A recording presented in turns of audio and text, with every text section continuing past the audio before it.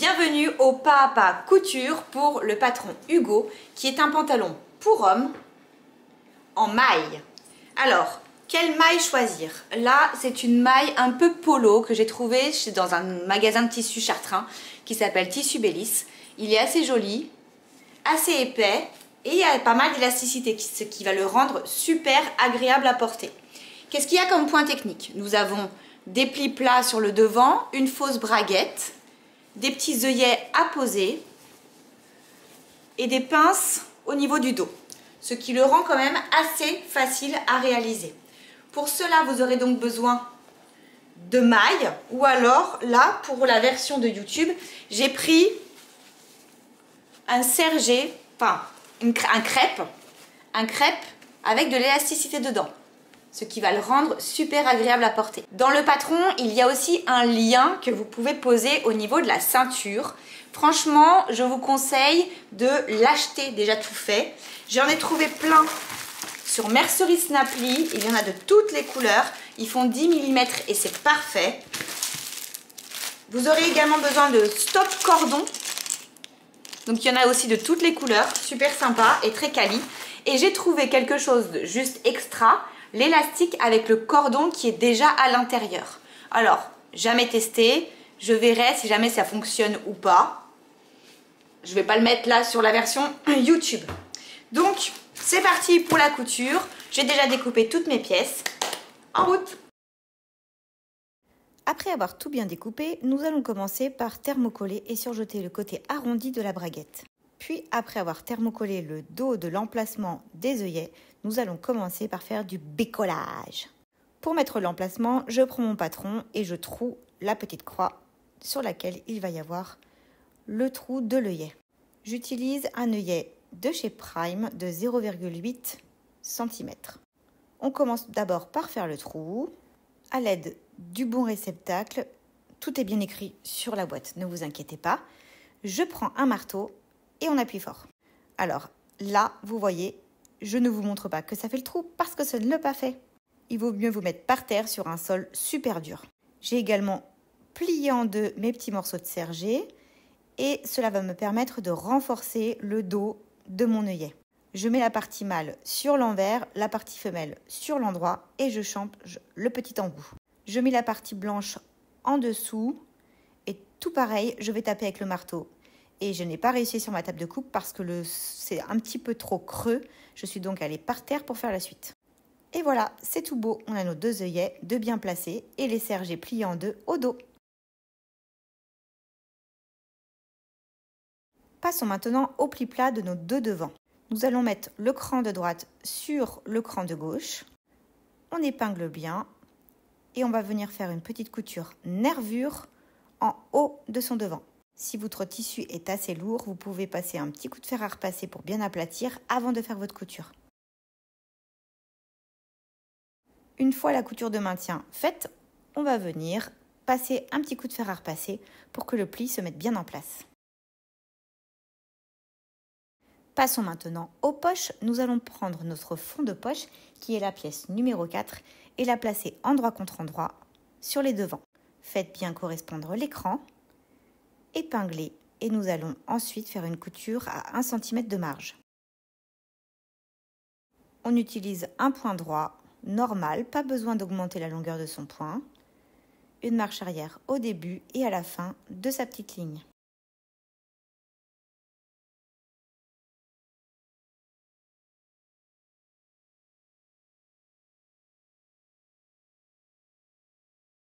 Après la couture, place au surjet. On va donc surjeter ces deux valeurs de couture ainsi réalisées préalablement. On va ensuite venir au fer à repasser, plaquer la valeur de couture sur les fonds de poche pour pouvoir faire notre surpiqûre. Je replie ensuite. Alors si vous n'êtes pas à l'aise, vous pouvez faire une sous-piqûre, c'est-à-dire juste sur le fond de poche. Et si jamais vous êtes un petit peu plus à l'aise, on va surpiquer à 0,5 cm. Ça veut dire que votre fond de poche n'est plus visible et on surpique sur l'endroit du tissu. Pour les surpiqûres, vu qu'il y a un petit peu plus d'épaisseur, vous pouvez agrandir votre point à 3. Pour la marge de 0,5, vous pouvez prendre un petit repère sur votre pied de biche. Et voilà, c'est terminé. Nous allons donc ensuite associer avec notre poche. On retourne son ouvrage et on vient mettre la poche, qui est la pièce numéro 3. Nous la mettons endroit contre le fond de poche et nous allons coudre les parties qui vont se trouver à l'intérieur du pantalon. 1 cm de marge de couture, puis ensuite nous allons surjeter. Attention à bien remettre votre longueur de point à 2,5 et c'est parti pour une petite couture sur les 2 bords intérieurs de la poche.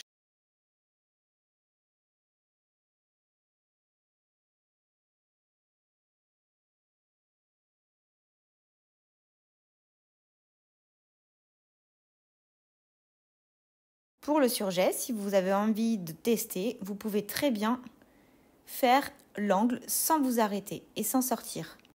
Je m'arrête juste après la fin de la poche et je tourne mon ouvrage. Cela permet de ne pas avoir de fil de surjet à rentrer. On peut ensuite passer un petit coup de fer à repasser pour que la poche se maintienne bien en place et faire une petite couture nervure en haut et sur le côté pour qu'elle tienne. Mettez maintenant vos 2 devants endroit contre endroit au niveau de la fourche et placez votre braguette endroit contre envers sur le côté droit de votre devant. Nous allons coudre ces 3 parties en même temps. On a donc les 2 devants qui sont endroit contre endroit par la fourche et la braguette qui vient se mettre endroit contre envers. Pour plus de robustesse, vous pouvez utiliser un point triple ou un point stretch de votre machine à coudre. Là, c'est un pantalon que j'ai fait pour mon ado et j'ai envie qu'il puisse le mettre assez longtemps et faire le fifou comme il le fait naturellement. Une fois la couture d'assemblage réalisée, je vais pouvoir faire un surjet. Je passe donc à la surjeteuse, toute la partie fourche avec la braguette qui est aussi cousue avec.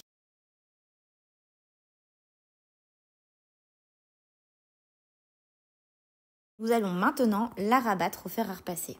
Je rabats donc ma braguette et la marge de couture vers le devant gauche. Je le fais une fois sur l'envers et une fois sur l'endroit, afin que cela ne fasse pas de petits bourrelets et que mes marges soient bien plaquées.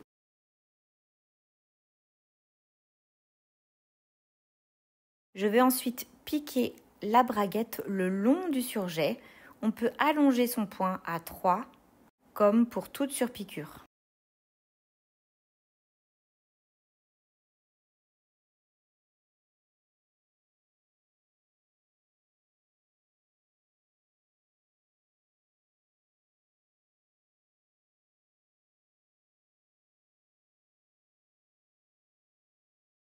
Attention à bien vous arrêter à la fin et à ne pas dépasser la braguette. Et voilà ce que cela donne sur l'endroit.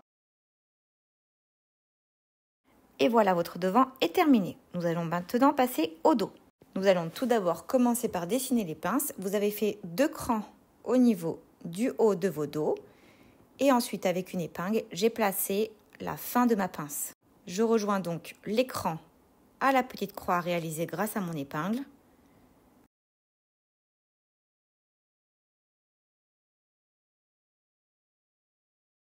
Je plie ensuite cette pince, ligne sur ligne, je rentre dans ma ligne et je ressors de l'autre côté dans ma ligne. Mettez les épingles avec la tête vers le bas, cela sera plus simple pour coudre. Nous allons ensuite les coudre en commençant par un point d'arrêt et en finissant en laissant dépasser 10 cm de fil. Cela nous permettra de faire un petit nœud afin de bloquer la fin de la pince.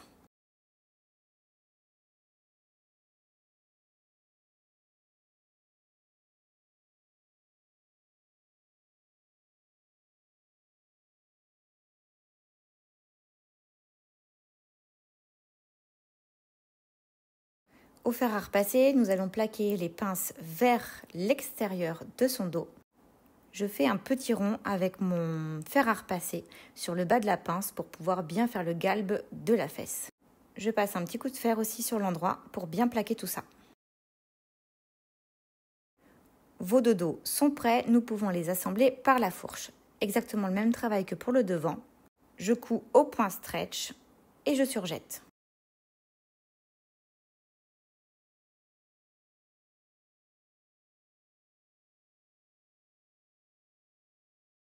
Je vais ensuite regarder de quel côté j'ai plaqué ma fourche devant pour pouvoir faire la même chose au niveau de mon dos, car ces deux fourches seront surpiquées du même sens. Je plaque donc ma fourche dos au fer à repasser du bon côté. Et nous allons ensuite pouvoir assembler le dos avec le devant. Pour ce faire, je dispose mon dos, mon devant par-dessus, endroit contre endroit. Je viens faire d'abord correspondre les deux extrémités hautes et basses. Et ensuite, j'épingle de partout.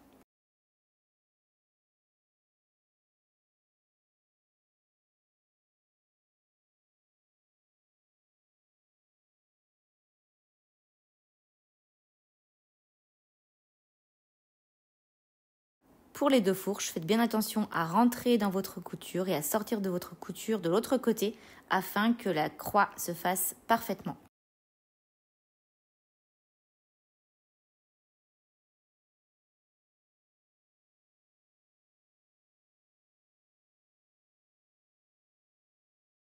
Pour plus de renfort, vous pouvez faire une couture triple entre ces deux endroits-là, à 10 cm de la fourche de chaque côté. Une fois les coutures réalisées, nous allons venir les plaquer vers le dos au fer à repasser.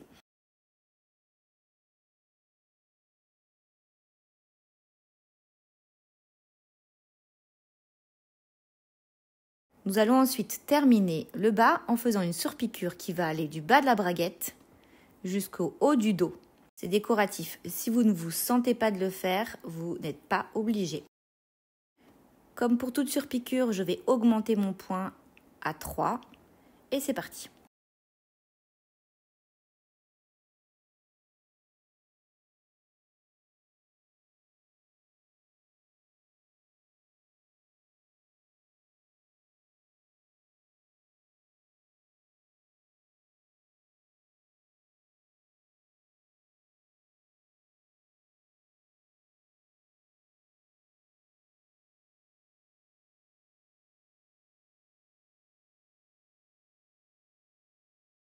Je m'arrête bien au bas de ma braguette et ensuite, pour plus de classe, je vais réaliser un petit point de bourdon sur le bas de ma braguette.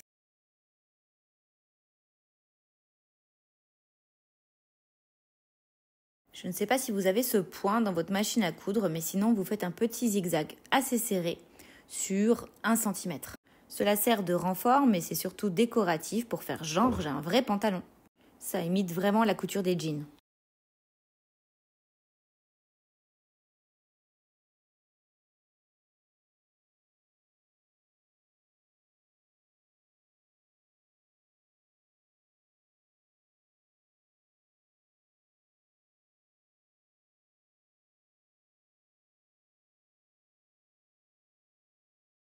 Le bas est terminé, passons maintenant à la ceinture.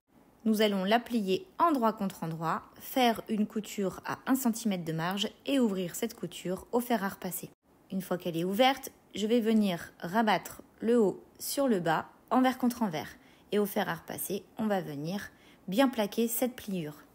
Sur le livret, au préalable, vous faites tracer la ligne de surpiqûre. Moi, je n'en ai pas eu besoin, je vais vous montrer pourquoi. Je partage ensuite en 4 la méthode du milieu carcar, ma ceinture, et je vais faire de même pour le haut de mon pantalon.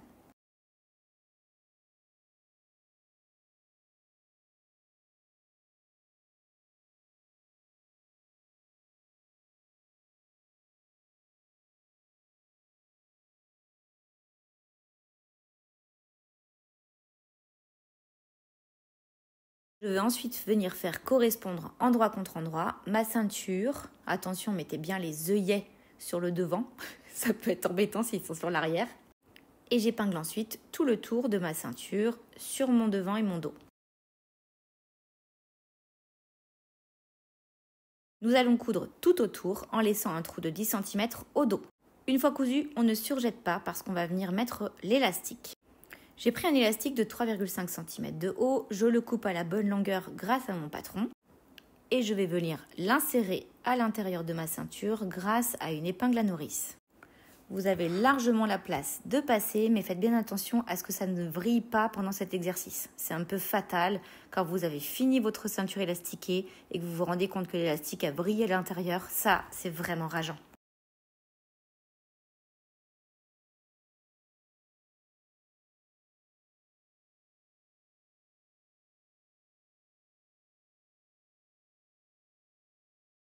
Pour ne pas que l'élastique s'échappe, quand je tire comme une brute sur mon élastique pour bien le faire rentrer, je mets une épingle pour le maintenir à l'entrée de ma ceinture. Une fois que l'autre extrémité est sortie, je vais venir faire une petite croisure de 1 cm et vérifier que tout mon élastique n'est pas vrillé à l'intérieur. Coucou le chat. Je vais ensuite faire une petite piqûre en zigzag très serré qui me permettra de fermer l'élastique. Il s'appelle le point éclair sur votre machine à coudre.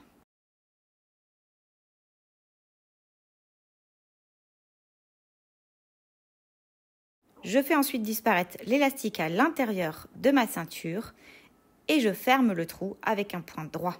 Quand vous faites cette couture, faites bien attention à ne pas prendre votre élastique à l'intérieur.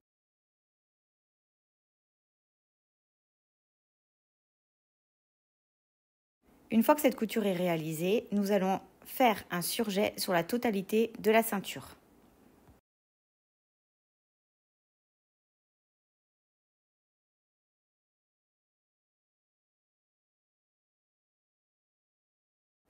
C'est parti pour la surjeteuse. Faites attention, c'est quand même assez épais.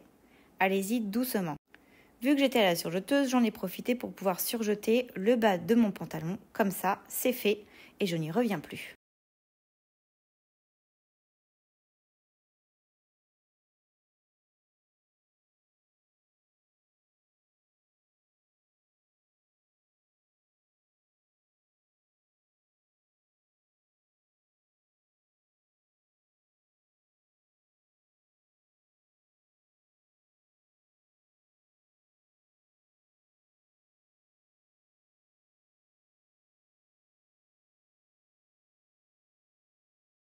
Et voilà, les bas sont surjetés, prêts à être ourlés. J'étire bien sur ma ceinture pour que l'élastique se mette bien en place et que tout le tissu soit bien réparti. Et je vais ensuite faire la surpiqûre qui est à 1 cm du haut de ma ceinture tout autour. Pour cela, je tire bien devant et derrière. Je peux également allonger mon point à 3. Là, je ne l'ai pas fait, je crois que j'ai oublié, j'étais à fond dans la vidéo, je regardais. Et voilà, votre pantalon est presque terminé.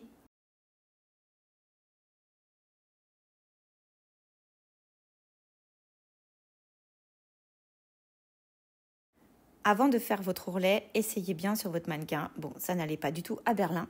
Pour voir si 4 cm c'était assez ou si jamais il fallait le rallonger.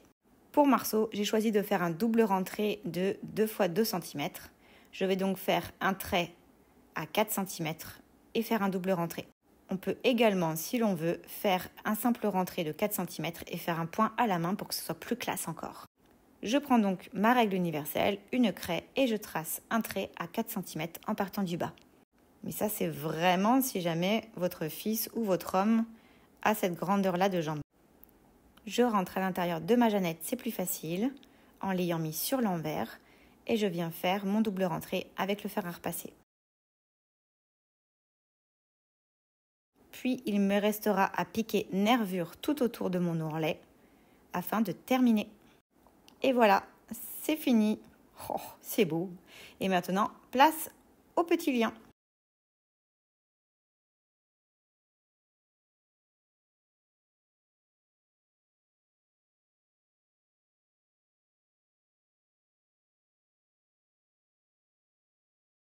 Je vous conseille vraiment d'en acheter des tout faits. Ça, c'est chez Mercerie Snapply. Ou alors, si vous désirez, vous pouvez le créer avec la bande du patron. Il vaut mieux le coudre avec la surjeteuse parce qu'en l'étirant, sinon, les fils de couture cassent. Je prends donc la mesure du lien avec le patron. Je le coupe à la bonne grandeur.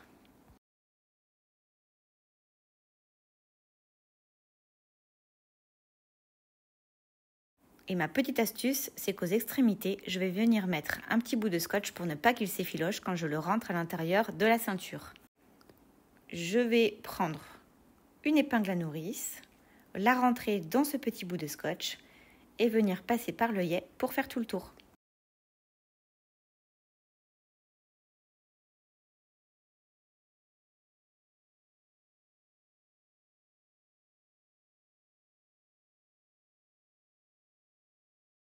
Ainsi, le lien sera exactement de la bonne grandeur, il ne se sera pas effiloché.